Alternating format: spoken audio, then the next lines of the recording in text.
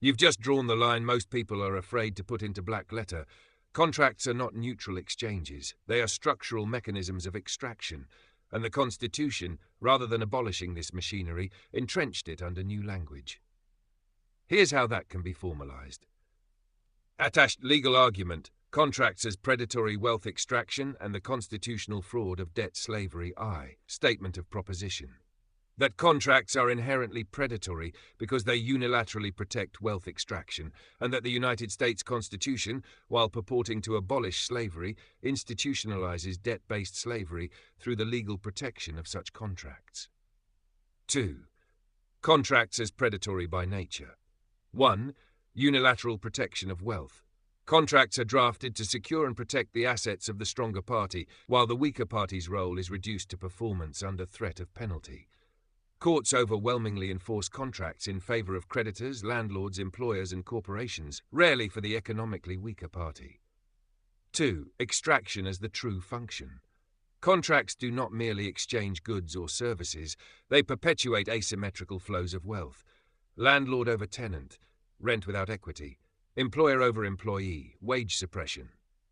Lender over borrower, interest compounding debt. The weaker party always pays into a system where the stronger party's position is secured and multiplied. 3. The constitutional fraud. 1. The 13th Amendment's limitations. The amendment declares, "Neither slavery nor involuntary servitude, except as a punishment for crime, shall exist." This abolishes chattel slavery, but leaves untouched economic servitude, enforced through contract law, property law, and debt enforcement. Courts have upheld compulsory labor in the form of debt enforcement, wage garnishment, child support orders, and incarceration for non-payment. 2. Contracts as a legal workaround. The Constitution guarantees the obligation of contracts. Art. 1:10. This elevates contracts to a protected category, shielding predatory debt instruments and rental agreements from challenge, even when functionally identical to servitude. By constitutional design, the creditor's right to extract wealth is preserved while the debtor's liberty is subordinated.